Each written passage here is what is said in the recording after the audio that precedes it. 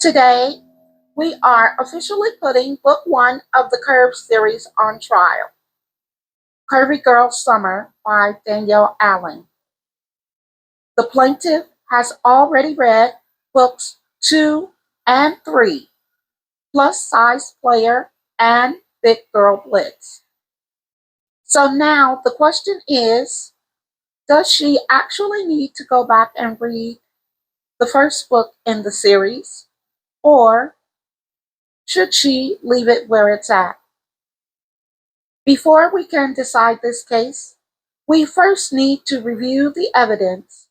Defense, you may proceed with your question. Can you state your name for the record? My name is Raquel. This is where we come to celebrate and explore Black books.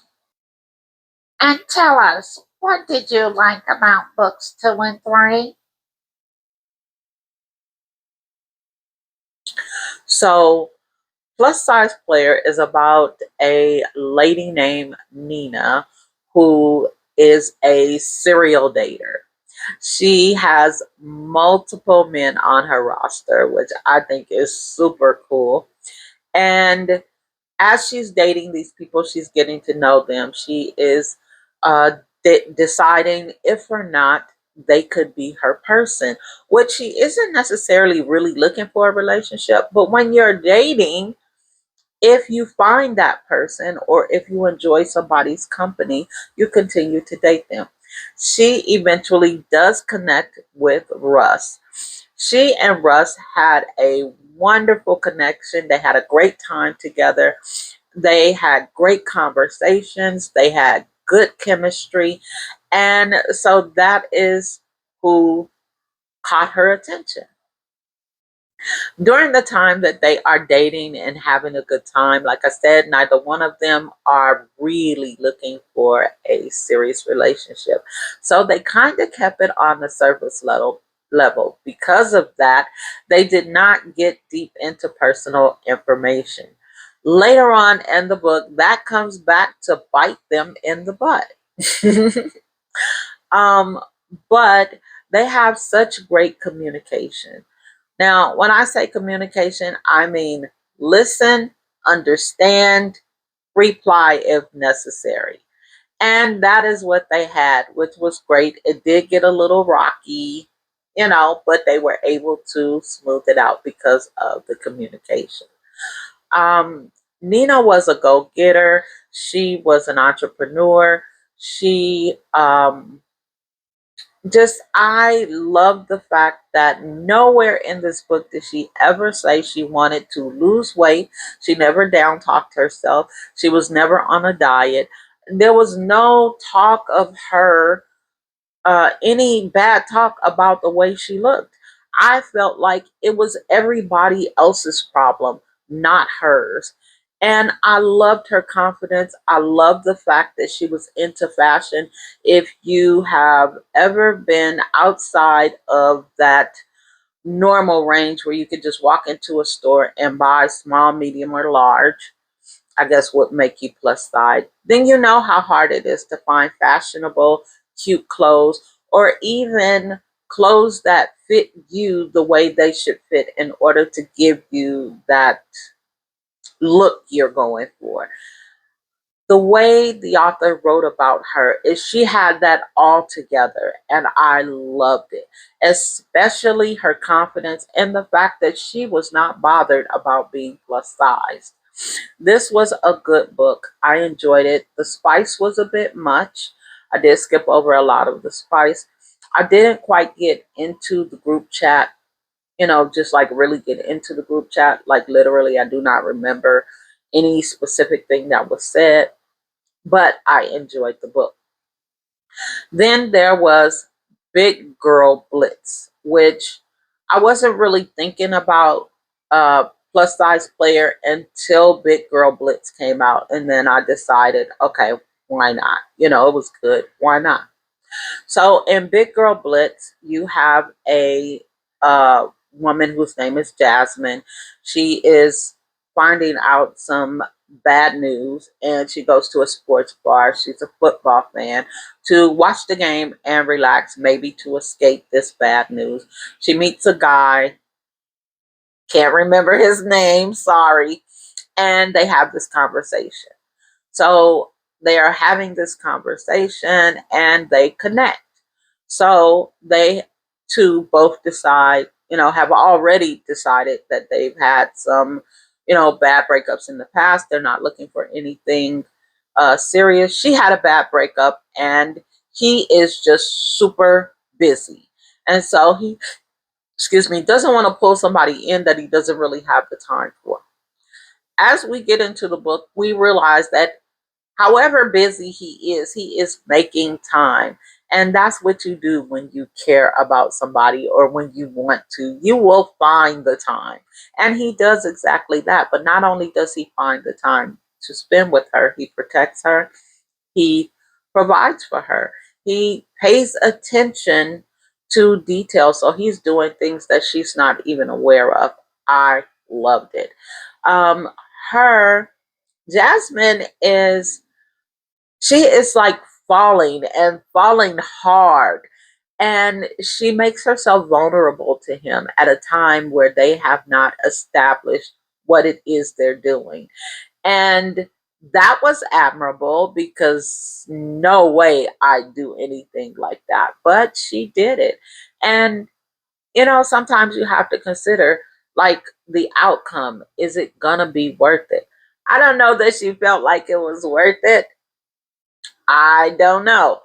But she did it and I loved it. It just kind of showed that we don't have to be closed off because we might not get what we want.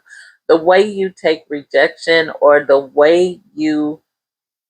res- the way you respond to another person's response says more about you than it does about them.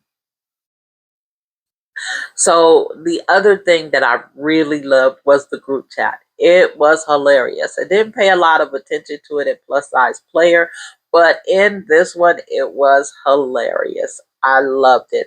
I loved the relationship she had with her aunt.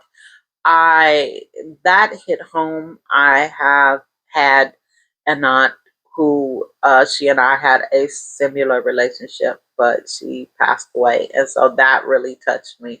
Loved it. Um, these two were good books. I enjoyed them both for a bunch of different reasons. But again, this is romance. Your Honor, I object to that.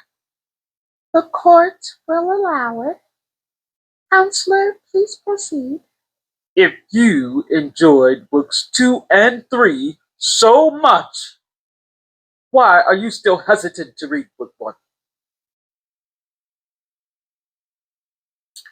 So I'm gonna start out with the fact that I don't have a lot of time anymore.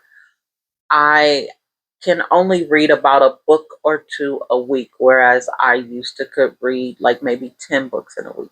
I don't have that time anymore. And so I want to use my time wisely, especially after reading some really, really good books. You don't want to go back to just okay books or books that are just good. I want something that is going to make me think about it after I've already finished reading it. You know what I'm talking about. Anyways, that is one of my concerns, wasted time. And then another one of my concerns is what if this book is not as good as the first two, if it just doesn't live up to the second two books. So the last impression I will have is of a book that does not live up to the second two. And so instead of me saying this was a good series, I'll be saying something like, well, 2 and 3 was good, but one was, man, okay. And that I'm kind of satisfied where I am, but don't get me wrong, there is a bit of curiosity because I enjoyed the friendship that they had through that group chat. That was funny. I like how they uplifted each other. They wanted to see each other happy.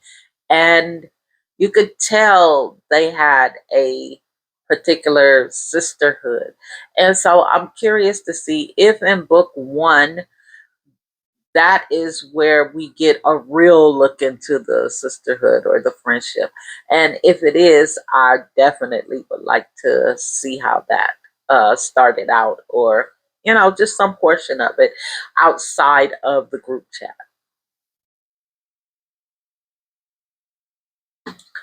I also found some patterns between book two and book three, which could potentially make book one predictable. I do not want to read a predictable book. I want to read a book where I've seen this situation before, but the outcome is very different, something that I would have never thought of. That is what kind of reels me in as well. And so these are the reasons why I'm a little hesitant. So I am appointing you judge, jury, and executioner. I need you to help me decide if or not this first book, Curvy Girl Summer, is worth reading. Is it worth my time? Is it going to be predictable? Is it not as good as book two and three? Um, you know, if you've read this series, you would know. But even if you haven't read the series, if you've read any books out of order, then you kind of get where I'm coming from. So your opinion is valid as well. Let me know what you think. Should I or should I not read Curvy Girl Summer? I hope you enjoyed the video. Don't forget to like, comment, share, and subscribe. And until next time,